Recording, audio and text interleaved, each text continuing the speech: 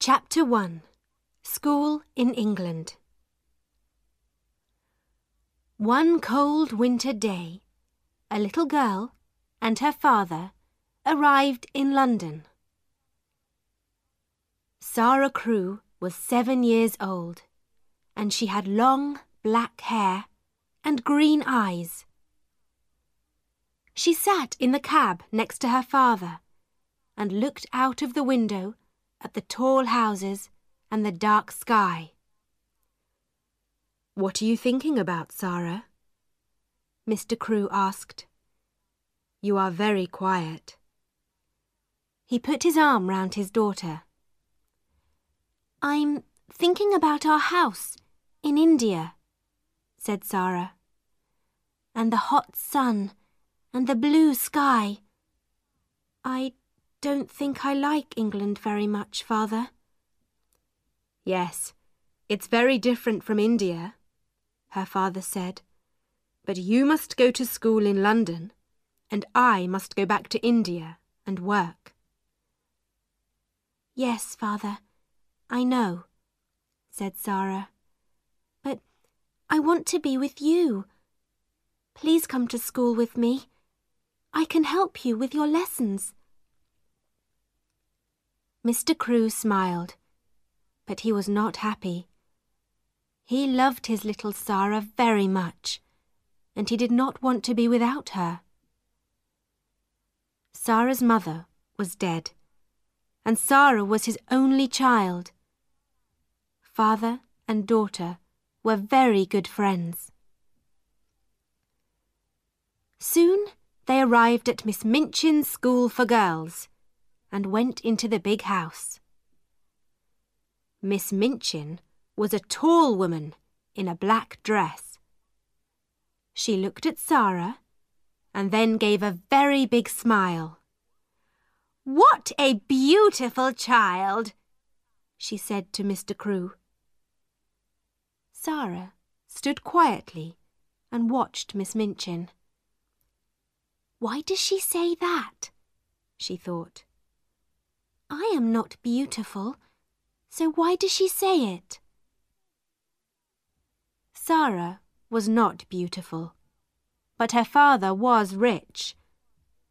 And Miss Minchin liked girls with rich fathers because it was good for the school, and good for Miss Minchin too. "Sara is a good girl," Mr. Crewe said to Miss Minchin. "Her mother was French, so she speaks French well. She loves books and she reads all the time. But she must play with the other girls and make new friends too." "Of course," said Miss Minchin. She smiled again. "Sara is going to be very happy here, Mr. Crewe."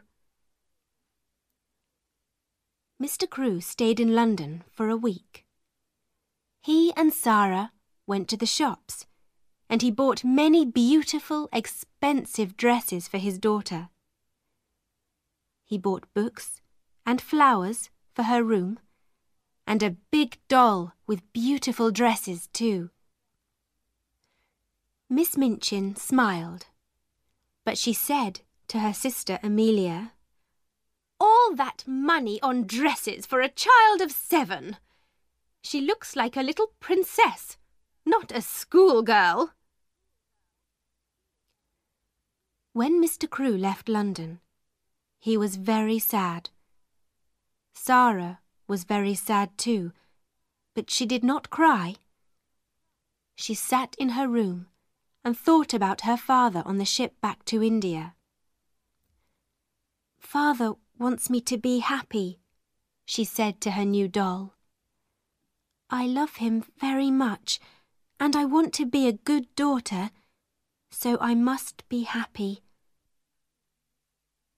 It was a very big and very beautiful doll, but of course it could not answer. Sara soon made new friends in the school. Some little rich girls are not very nice children. They think they are important because they have money and lots of expensive things. But Sara was different. She liked beautiful dresses and dolls, but she was more interested in people and books and telling stories. She was very good at telling stories. She was a clever child, and the other girls loved to listen to her. The stories were all about kings and queens and princesses and wonderful countries across the sea. "How do you think of all those things?" asked her best friend, Ermengarde. "I have all these pictures in my head," said Sara, "so it's easy to tell stories about them." Poor Ermengarde was not clever. She could never remember any of her school lessons, and Miss Minchin was always angry with her. Sara often helped Ermengarde with her lessons. "Listen, Ermy," she said. "You remember that French king, Louis XVI? Well, this is a story about him. One day, in 1792... And so Ermengarde learnt her lessons through Sara's stories, and she loved her friend very much. But not everybody was Sara's friend. Lavinia was an older girl. Before Sara came, Lavinia was the richest and the most important girl in the school. But Sara's father was richer than Lavinia's father. So now Sara was more important than Lavinia, and Lavinia did not like that.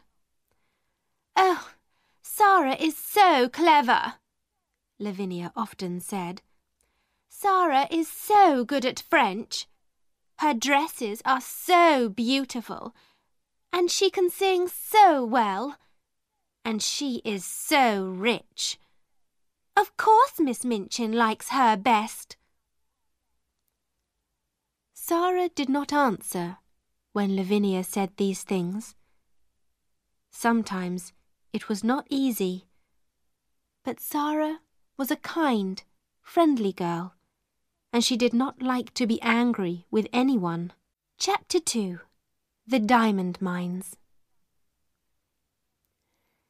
And so 3 years went by. Sara's father wrote to her often, and Sara wrote loving little letters back to him. One day, a very exciting letter arrived. Everybody in the school talked about it for days. "My friend," wrote Mr. Crewe, "has some mines in northern India, and a month ago his workers found diamonds there. There are thousands of diamonds in these mines, but it is expensive work to get them out. My friend needs my help. So, little missus." This was Mr. Crewe's special name for Sara. "I am putting all my money into my friend's diamond mines, and one day you and I are going to be very rich." Sara was not interested in money, but a story about diamond mines in India was exciting. Nearly everybody was very pleased for Sara, but not Lavinia, of course. "Huh," she said, "my mother has a diamond. Lots of people have diamonds. What's so interesting about diamond mines?" "But there are thousands of diamonds in these mines," said Ermengarde. "Perhaps millions of them." Lavinia laughed. "Is Sara going to wear diamonds in her hair at breakfast then? Or is it Princess Sara now?" Sara's face went red. She looked at Lavinia angrily, but said quietly, "Some people call me Princess. I know that. But princesses don't get angry or say unkind things. So I'm not going to say anything to you, Lavinia." "To me, you are a princess," Ermengarde said to Sara later. "And you always look like a princess in your beautiful dresses." Sara was a princess to another girl, too. This was Becky. She was a servant in Miss Minchin's school, and she was only 14 years old, but she worked all day and sometimes half the night. She carried things upstairs and downstairs. She cleaned the floors, she made the fires, and she was always tired and hungry and dirty. She and Sara had very different lives. But one day, Sara came into her bedroom, and there was Becky, sleeping in a chair. "Oh, you poor thing," Sara said. Then Becky opened her eyes and saw Sara. She got up at once. "Oh, miss," she said, "I'm very sorry, miss. I just sat down for a minute and—" "Don't be afraid," said Sara. She gave Becky a friendly smile. "You were tired, that's all." Are you going to tell Miss Minchin?" asked Becky. She began to move to the door. "Of course not," said Sara. "Please don't run away. Sit down again for a minute. You look so tired." "Oh, miss, I can't," Becky said. "You're very kind, miss, but Miss Minchin—" "Please," said Sara. She took Becky's hand. "You're only a little girl, like me. Let's be friends." And so Becky sat down again, and soon she and Sara were friends. Nobody knew about this, of course. Rich little girls at Miss Minchin's school did not make friends with servant girls, and it was a wonderful thing for Becky. Nearly every day, she and Sara met in Sara's bedroom, just for 5 or 10 minutes. Becky was always hungry, and Sara often bought nice things for her to eat. They sat and talked, and sometimes Sara told Becky some of her stories. Becky loved that. "Oh, miss," she said, "you tell them so beautifully. Sometimes I like your stories better than things to eat." And after those visits to Sara's room, Becky always felt better. Not so tired and not so hungry.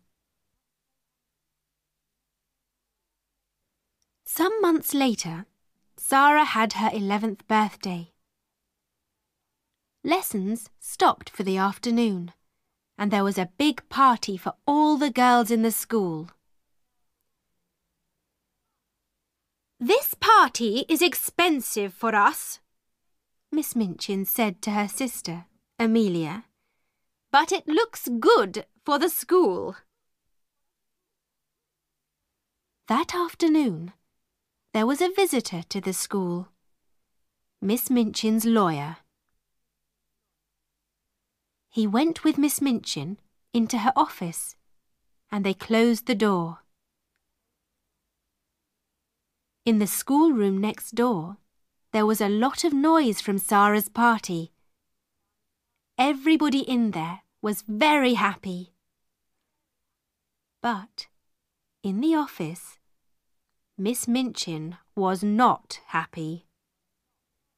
She looked at the lawyer angrily. "What are you saying? Mr. Crewe has no money? What about the diamond mines?" "There are no diamond mines," said the lawyer. "Well, there are mines, but there are no diamonds in them." "But Mr. Crewe's good friend," began Miss Minchin. "Mr. Crewe's good friend," said the lawyer, "ran away with all Mr. Crewe's money. Ralph Crewe was ill with a fever, and when he heard about this, he got worse. A week later, he was dead." "Dead?" cried Miss Minchin. "But what about his daughter Sara and this expensive birthday party?" "Sara Crewe has no money," said the lawyer. "Not a penny in the world, Miss Minchin. Not a penny." "She must leave my school at once," Miss Minchin said angrily. "She must go this afternoon." "Where?" said the lawyer. "Out into the streets? An 11-year-old girl? That's not going to look very good for your school, Miss Minchin." Miss Minchin's face went red. "You can't put her out in the streets," said the lawyer. He stood up. "But perhaps she can work for you." The lawyer left, and Miss Minchin called her sister Amelia. "Bring Sara Crewe here at once," she said. 2 minutes later, Sara, in her beautiful blue party dress, stood in front of Miss Minchin. "Have you a black dress, Sara?" Miss Minchin said coldly. "Yes, Miss Minchin," said Sara, "but it's very small." "Go and put it on at once," said Miss Minchin. "Your father is dead. There were no diamond mines, and your father's friend ran away with all his money. You have nothing. Not a penny. But I am going to be very kind to you. You can stay in my house, but now you must be a servant and work for your bread. You can sleep in a servant's room, upstairs, next to Becky's room." Chapter 3. The New Servant Girl.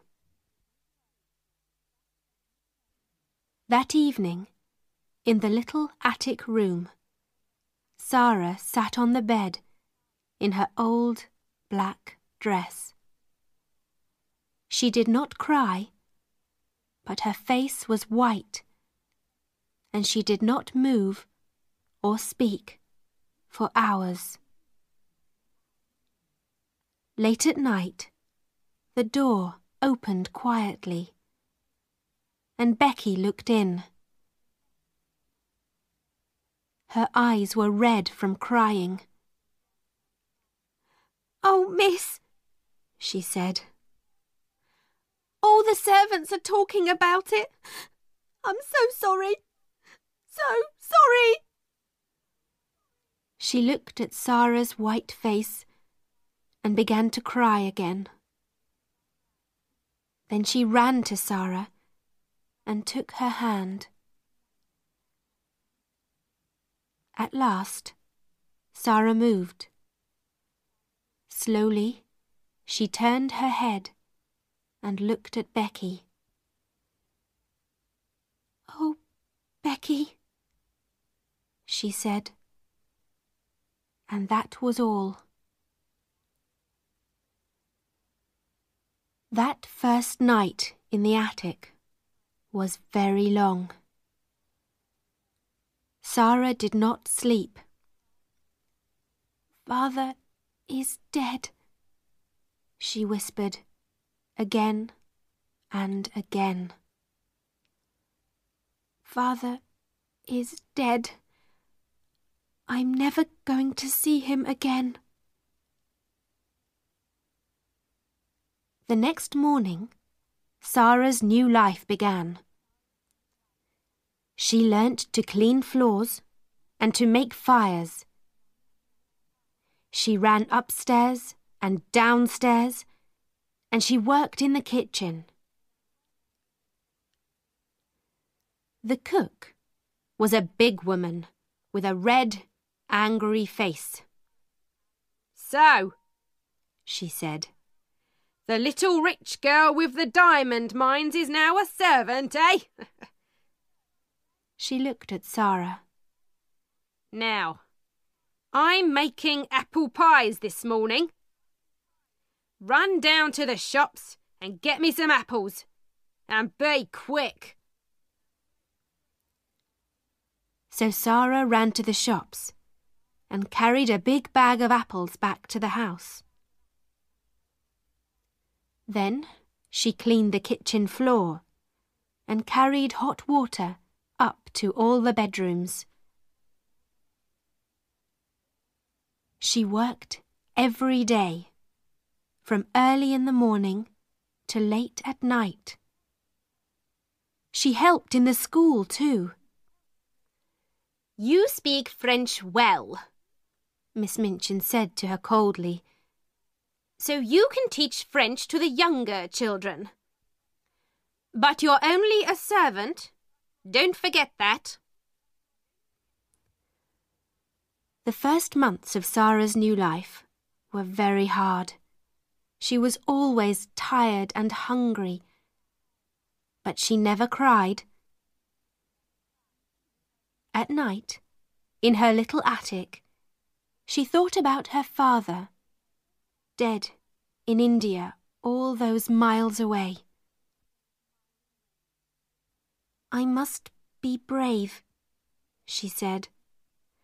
"Father always wanted me to be brave. And I have a bed to sleep in and something to eat every day. Lots of people don't have that." At first, Sara's only friend was Becky. Every day, Becky came into Sara's room. They did not talk much, but it helped Sara a lot to see Becky's friendly, smiling face. The girls in the school were sorry for Sara, but Sara was a servant now, and they could not be friendly with a servant. Lavinia, of course, was pleased. "I never liked Sara Crewe," she told her friends. "And I was right about the diamonds. There weren't any." Ermengarde was very unhappy. When she saw Sara in the school, Sara walked past her and did not speak. Poor Ermengarde loved Sara and wanted to be friendly, but she was not clever and she did not understand One morning, very early, she got quietly out of bed, went upstairs to the attics, and opened Sara's door. "Ermengarde," Sara said, "what are you doing here?" Ermengarde began to cry. "Oh, Sara, please tell me, what is the matter? Why don't you like me now?" "I do like you," Sara said. "Of course I do. But, you see, everything is different now. Miss Minchin doesn't want me to talk to the girls. Most of them don't want to talk to me. And I thought perhaps you didn't want to." "But I'm your friend," cried Ermengarde. "I'm always going to be your friend, and nobody can stop me." Sara took Ermengarde's hands. She suddenly felt very happy. Perhaps she cried a little too. Who can say? There was only one chair, so the two friends sat on the bed. Ermengarde looked round the attic. "Oh, Sara, how can you live in this room? It's so cold and dirty." "It's not so bad," said Sara. "And I've got lots of friends. There's Becky in the next room, and come and see." She moved the table under the window, and then she and Ermengarde stood on it and looked out of the window over the roofs of the houses. In her pocket, Sara had some small pieces of bread. She put her hand out of the window with the bread on it. "Watch," she said. After a minute, a little brown bird flew down to Sara's hand and began to eat the bread. Then a second bird came, and a third, and a fourth. "Oh, Sara, how wonderful!" said Ermengarde. "They know I'm their friend," said Sara, "so they're not afraid. Sometimes they come into the room too." Ermengarde looked across the roof to the next attic window. "Who lives in that house?" she asked. "Nobody," said Sara sadly. "So I never see anybody at that window, and I can only talk to the birds." But one night, 2 or 3 weeks later, Becky came into Sara's room. She was very excited. "Oh, miss," she said, "an Indian gentleman is moving into the house next door. Well, he's English, but he lived in India for years and years. And now he's going to live next door. He's very rich, and he's ill. Something bad happened to him, but I don't know what." Sara laughed. "How do you know all this?" she said. "Well, miss, you know the Carmichael family across the street?" Becky said. "I'm friendly with their kitchen girl, and she told me. Mr. Carmichael is the Indian gentleman's lawyer, so they know all about him." Chapter 4 Ram Dass and the Monkey. Every morning, when Sara gave the birds their bread, She looked across to the attic window next door, but nobody opened it. Nobody called out, "Good morning," across the roof, or gave Sara a friendly smile. Perhaps the Indian gentleman's servants all sleep downstairs, she thought sadly.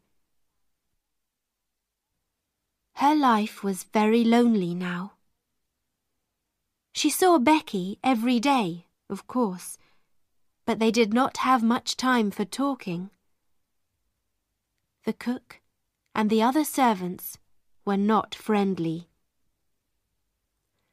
Sometimes, at night, Ermengarde came up to Sara's room, but it was not easy for her to come often. Then, one evening, Sara was in her attic when she heard a noise on the roof. She looked up, and there, at the open window, was a small monkey. "Oh, you dear little thing!" cried Sara.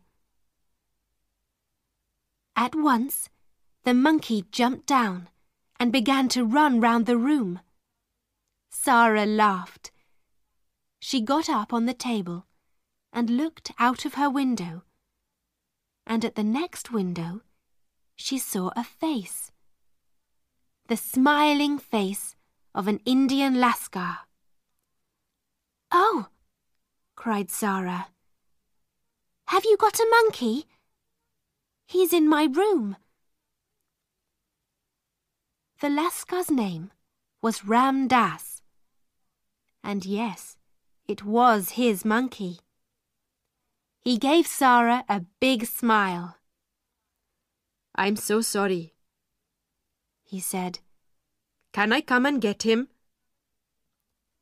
"Oh, yes, please," said Sara. "I think he's afraid of me, and he runs so fast. But can you get across the roof?" Yes, Ram Dass could. And a minute later, he was in Sara's room. Soon, the monkey jumped into his arms, and Ram Dass thanked Sara again and again.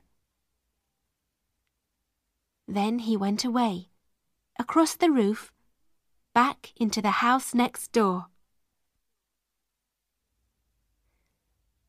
Sara went to the shops 5 or 6 times a day, and when she walked past the house next door, she often thought about the Indian gentleman.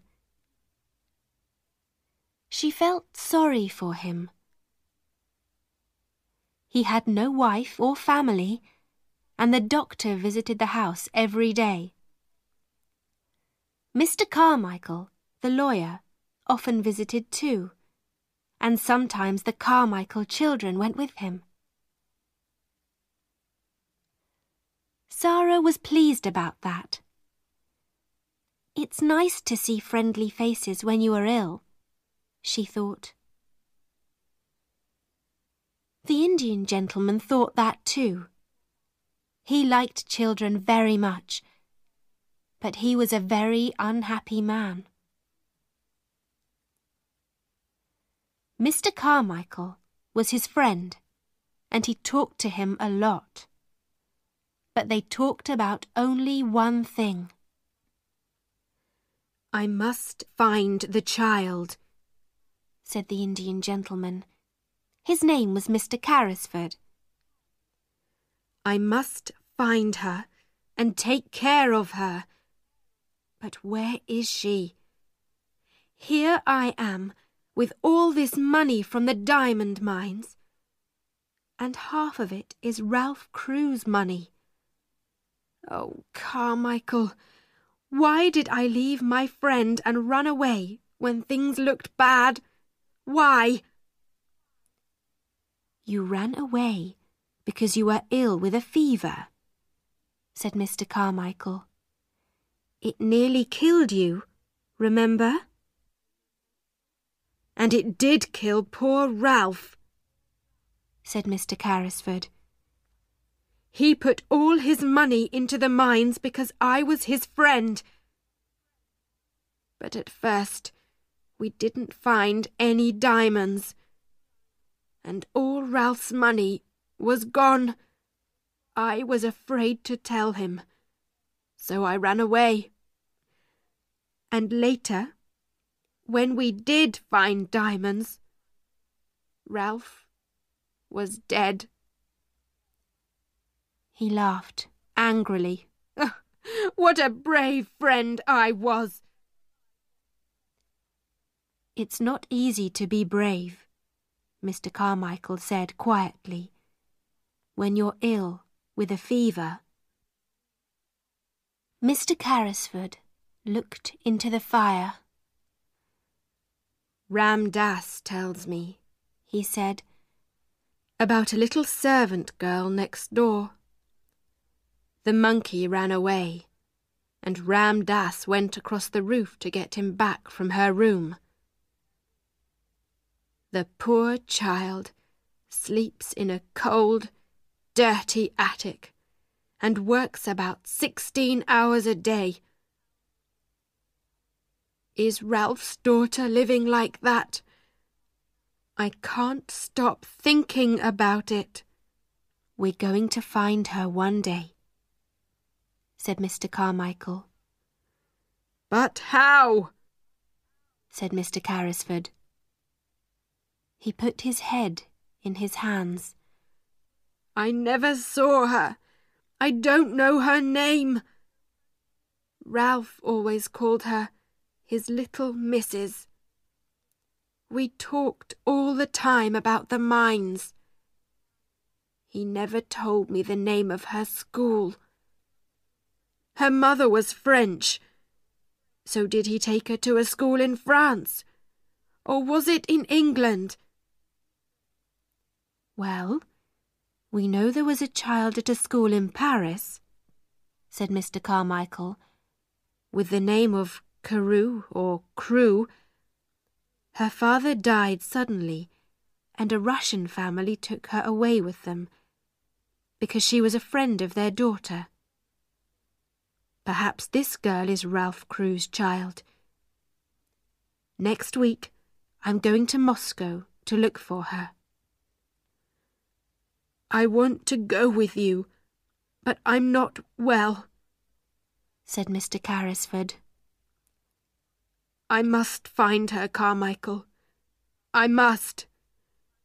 Every night in my dreams I see Ralph Crewe's face, and he says, 'Tom, Tom, where is my little missus?'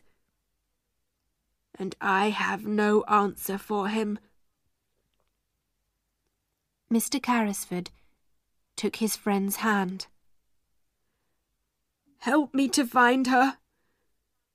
Help me." Winter came, with its short, dark days, and the attic rooms were very cold. There were no fires for servant girls, and often Sara and Becky could not sleep because of the cold.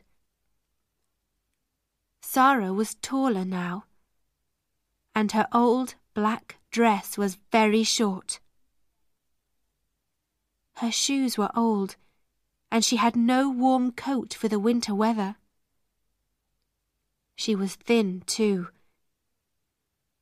She did not get very much to eat, and she was always hungry.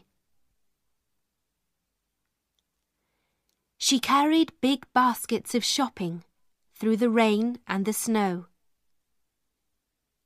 One day, she found a sixpence in the snow, and she bought some hot new bread with it. Then she saw a child by the door of the shop. The child had no shoes and no coat, and her thin face was blue with cold. "She is hungrier than I am," thought Sara. and she gave her hot new bread to the child. When she got back to the school, Miss Minchin was angry. "Cook is waiting for you, Sara. Why are you late?" "I can't walk quickly through the snow," said Sara. "My shoes are old, Miss Minchin, and my feet get very cold." Miss Minchin did not like to hear this.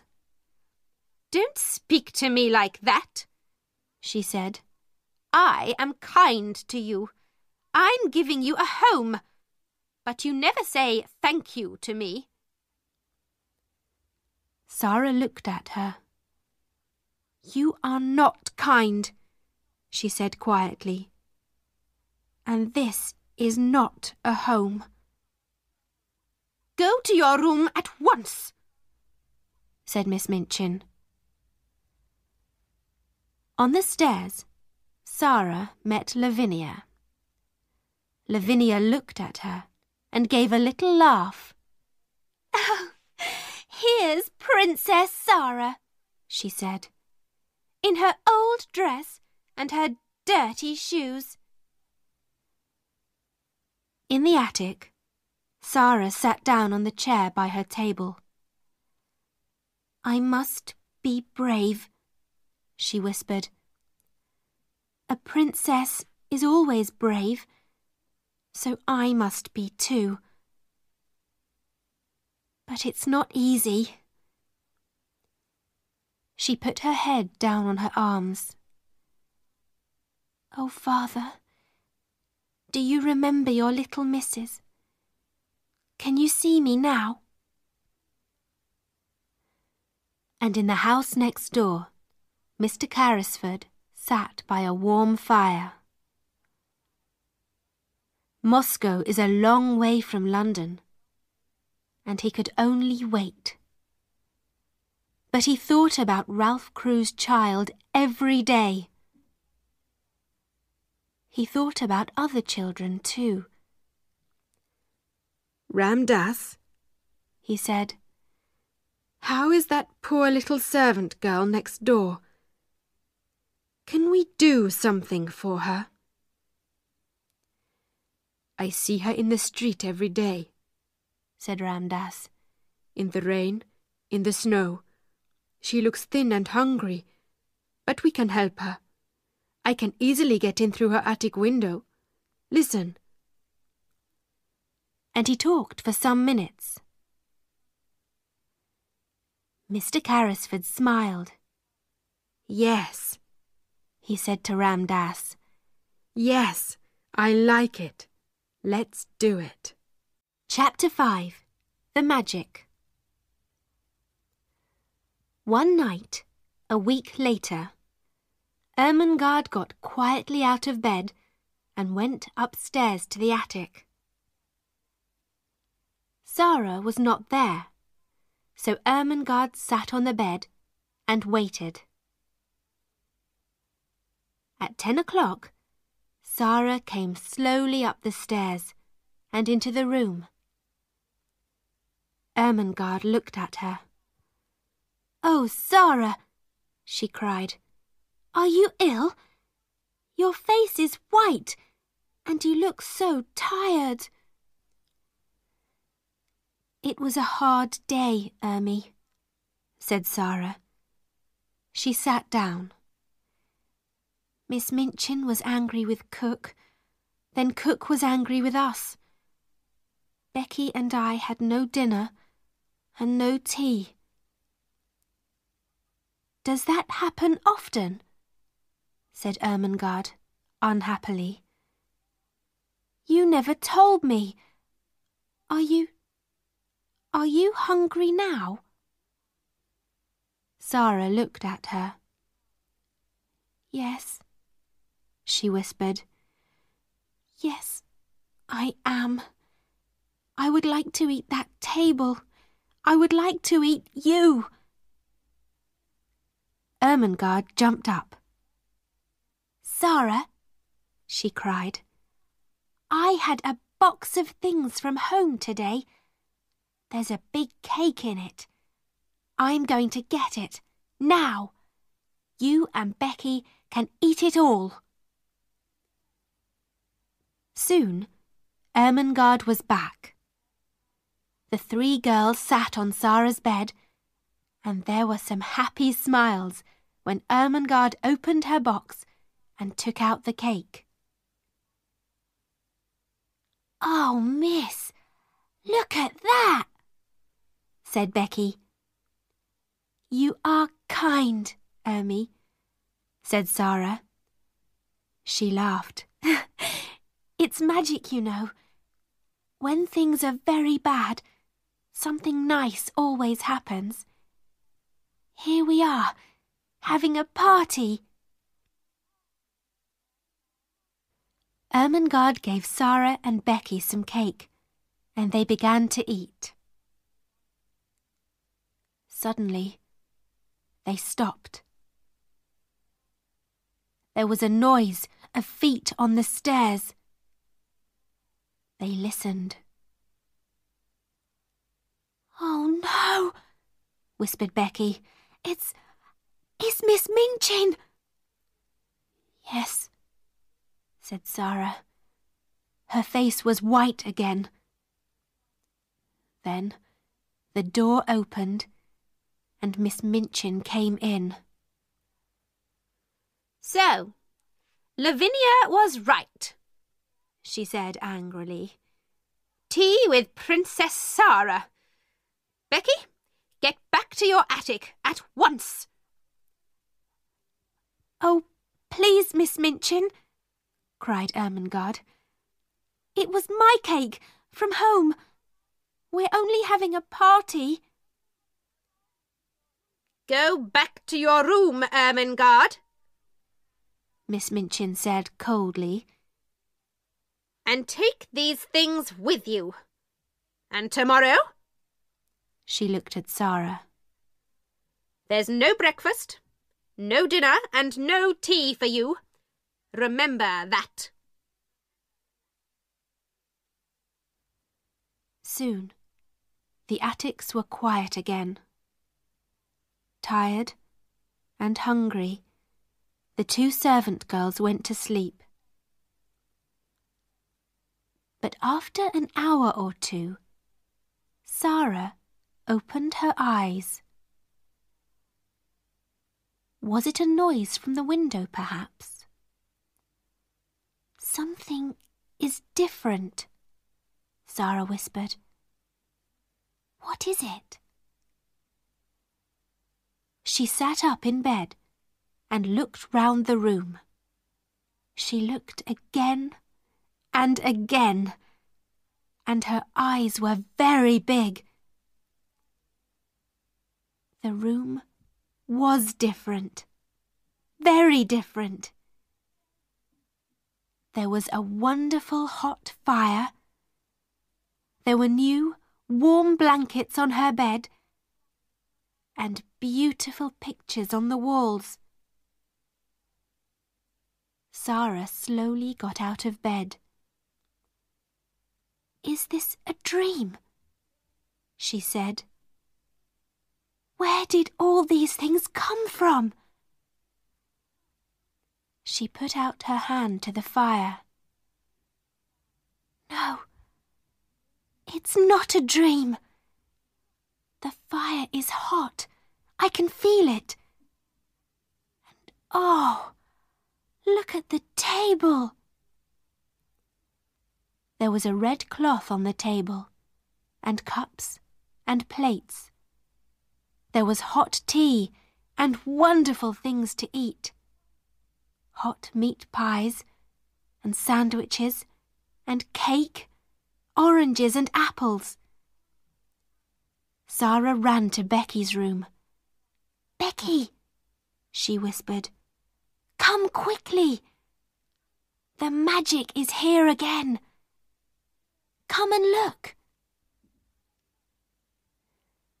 When Becky saw the room, she could not speak at first. Then she said, "Oh, miss, what is it? How did all these things get here? I don't know, said Sara. It's magic. At first, I thought it was a dream. But it isn't. Look, these pies are hot. Let's eat them. Hot meat pies aren't a dream. They sat down by the fire and ate and drank. Oh, those pies were good, miss, Becky said. And the tea and the cake. I don't understand magic, but I like it. Sara looked round the room. Oh, Becky, look! There are some books too. I didn't see them before. She ran to look at them and opened the top book. There's some writing here. Listen, it says, "To the little girl in the attic, from a friend." Oh, Becky. Sara closed the book and looked up. I have a friend, Becky, she said slowly. Someone is my friend. The next morning, Becky met Sara in the kitchen. Oh, miss, she whispered. Was the magic there this morning, or did it go away in the night? No, it's still there, Sara whispered back. I ate some cold meat pie for breakfast, and the fire was still warm. Becky laughed happily. Oh my, she said. Miss Minchin could not understand it. When Sara came into the schoolroom, she looked happy and well. Miss Minchin wanted to see a white, unhappy face and eyes red from crying. How can that child smile? She thought angrily. But of course, she did not know about the magic. And the magic did not go away. Every evening, when Sara went up to bed, she found new things in the attic.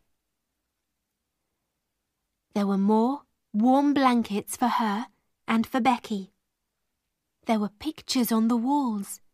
There were books, new shoes, and a winter coat. And best of all, there was always a fire and a wonderful hot dinner on the table. But where does it all come from? Becky said one night when they sat by the fire. Who does it, miss? A friend does it, Sara said. A kind, wonderful friend. But he doesn't want us to know his name. They began to look at one of the new books, and then Becky looked up. Oh, miss, she whispered. There's something at the window. What is it? Sara got up to look. It's the monkey, she said. The monkey from next door. She opened the window, and the monkey jumped down into her arms. Oh, you poor little thing, Sara said. You're so cold. Becky was very interested. I never saw a monkey before, she said. He's not very beautiful, miss, What are you going to do with him? It's very late now, said Sara. He can stay in my room tonight, and I can take him home in the morning. Chapter 6 Lost and Found. The next morning, the first visitor to the house next door was Mr. Carmichael, back from Russia. But when he came into the house, his face was sad. Mr. Carrisford knew the answer at once. You didn't find her, he said. I found her, Mr. Carmichael said. But it was the wrong girl. Her name is Emily Crewe, and she's much younger than Ralph Crewe's daughter. I'm very sorry. We must begin again, said Mr. Carrisford, unhappily. But where? It's 2 years now. 2 years. Well, she isn't at a school in Paris, we know that, Mr. Carmichael said. Let's look at the schools in England now. Yes, said Mr. Carrisford. Yes, we can begin in London. There's a school next door, Carmichael. Perhaps it was the magic again. But at that moment, Ram Dass came quietly into the room. The little servant girl from the attic is here, he said to Mr. Carrisford. With the monkey. He ran away again last night to her room. Would you like to see her? Yes, said Mr. Carrisford. Yes, I would. Bring her in. And so Sara came into the room and stood in front of the Indian gentleman. She smiled at him. Your monkey came to my room last night, she said, and I took him in because it was so cold. Mr. Carrisford watched her face with interest. That was kind of you, he said. Sara looked at Ram Dass by the door. Shall I give him to the Lascar? She asked. How do you know he is a Lascar? Said Mr. Carrisford. Oh, I know Lascars, Sara said. I was born in India. Mr. Carrisford sat up suddenly. In India? He said. But you're a servant at the school next door. Yes, I am now, said Sara. But I wasn't at first. The Indian gentleman looked at Mr. Carmichael, and then Mr. Carmichael looked at Sara. What do you mean by at first, child? He asked. When Father first took me to the school. Where is your father? Said Mr. Carmichael. He died, said Sara, very quietly. His friend ran away with all his money, and there was no money for me. There was nobody to take care of me, so Miss Minchin put me in the attic and said I must work for my bread. The Indian gentleman moved in his chair. What was your father's name? He said. Tell me. Sara looked at him sadly. Ralph Crewe, she said. He died in India from a fever 2 years ago. Mr. Carrisford's face went very white. Carmichael, he whispered. It is the child. The child. That was an exciting day for many people. At first, poor Sara did not understand.